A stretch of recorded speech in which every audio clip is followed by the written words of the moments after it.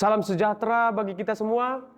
Kiranya saudara-saudari beroleh sukacita sepanjang hari ini. Sebelum kita mendengarkan firman Tuhan pada pagi hari ini, terlebih dahulu kita bersatu di dalam doa, kita berdoa. Segala puji syukur kami panjatkan kehadirat-Mu ya Tuhan, atas segala kemurahan-Mu, cinta kasih-Mu yang terus memelihara kehidupan kami sepanjang malam sampai pada pagi hari yang indah ini. Sebelum kami mengawali segala kegiatan kami mau bersekutu dengan firman-Mu. Kiranya Roh Kudus-Mu yang menguasai kami, agar kami Tuhan mampu mengerti dan melakukan firman-Mu dengan sungguh-sungguh. Berfirmanlah Tuhan, kami telah siap untuk mendengarkannya. Dalam Kristus Yesus kami berdoa dan mengucap syukur. Amin. Saudara-saudara yang terkasih dalam Tuhan Yesus Kristus, renungan harian pada hari ini 14 Juni 2024 tertulis dalam Bilangan 14 ayat 18. Saya akan bacakan untuk kita semua, demikian firman Tuhan. Tuhan itu panjang sabar dan berlimpah kasih setianya. Ia mengampuni kesalahan dan pelanggaran, tetapi sekali-kali tidak membebaskan orang yang bersalah dari hukuman. Ia membalaskan kesalahan bapa kepada anak-anaknya sampai keturunan ketiga dan keempat. Demikian pembacaan firman Tuhan. Saudara-saudara yang terkasih dalam Tuhan Yesus Kristus, Alkitab selalu menggambarkan bahwa Allah itu sebagai Allah yang penuh kasih dan adil. Allah yang penuh kasih digambarkan sebagai Allah yang mau mengampuni dosa dan kesalahan umatnya, yang panjang sabar dan berlimpah kasih setia.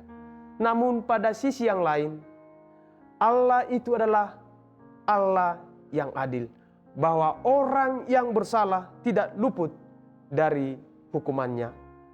Bahkan dalam teks ini diperinci lagi bahwa ia membalaskan kesalahan bapa kepada anak-anaknya, kepada keturunan ketiga dan keempat. Barangkali timbul pertanyaan dalam diri kita. Apakah Allah itu adalah Allah yang pendendam sampai harus membalaskan kesalahan bapa kepada anaknya, keturunan ketiga dan keempat? Saudara-saudara yang terkasih dalam Tuhan Yesus Kristus, dalam Yehezkiel 18 ayat 20 dikatakan, orang yang berbuat dosa dialah yang harus mati. Anak tidak akan ikut menanggung kesalahan anaknya. Orang benar akan menerima buah kebenarannya, dan orang fasik akan menanggung akibat kefasikannya. Dan hal ini diperkuat lagi dalam Yeremia 31 ayat 29 sampai 30, demikian bunyinya. Pada waktu itu orang tidak akan berkata lagi, ayah makan buah yang mentah dan gigi anak-anaknya menjadi ngilu, melainkan setiap orang akan mati karena kesalahannya sendiri. Setiap orang yang makan buah mentah, giginya sendiri menjadi ngilu. Ayat ini juga sekaligus sebagai bantahan yang kuat terhadap istilah karma, di mana orang tua yang melakukan kesalahan, maka anak yang akan menanggung akibat perbuatan jahat orang tuanya. Jelas sekali, siapa yang melakukan kesalahan, dia sendiri yang akan menanggung akibatnya. Namun, apabila kejahatan ayahnya dilakukan secara turun-temurun oleh anak-anaknya dan tidak mengalami pertobatan, maka anak-anaknya juga akan menerima hukuman. Oleh karena itulah, Tuhan selalu memberikan kesempatan untuk mengalami pertobatan. Pintu pertobatan selalu dibuka lebar-lebar oleh Allah bagi setiap orang yang mau mengalami pertobatan. Disinilah Allah menunjukkan dirinya sebagai Allah yang panjang sabar, penuh kasih dan berlimpah kasih setia, yang mau mengampuni kesalahan setiap orang.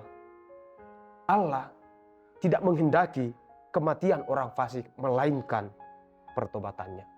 Oleh karena itu, kepada kita semua secara khusus orang tua, ini menjadi pesan dan permenungan yang mendalam bagi kita. Jangan pernah wariskan kebencian kepada anak-anakmu. Jangan pernah wariskan dendam kepada keturunanmu. Jangan wariskan kejahatan kepada anak-anakmu.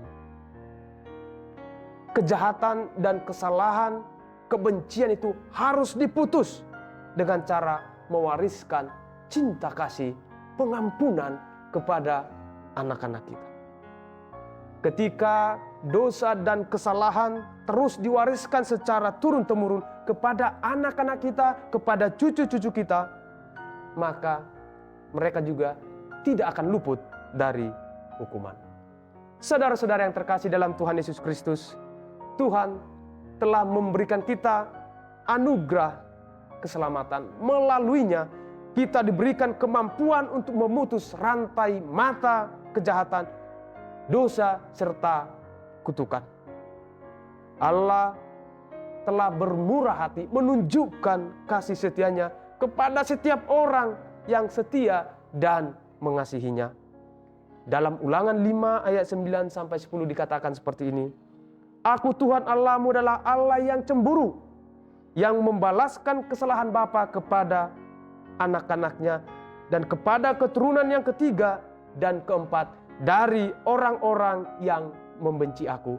Tetapi aku menunjukkan kasih setia kepada beribu-ribu orang, yaitu yang mengasihi aku dan yang berpegang pada perintah-perintahku.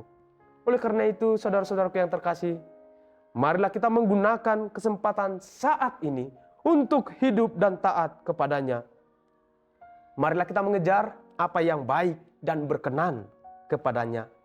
Marilah kita mewariskan hal-hal yang baik kepada keturunan kita. Mewariskan cinta kasih kepada keturunan kita. Kelak, dia akan datang sebagai hakim. Dia akan menghakimi manusia itu dengan keadilannya. Tuhan menyertai kita. Amin. Kita berdoa. Terima kasih Tuhan untuk firman yang telah berkumandang pada pagi hari ini.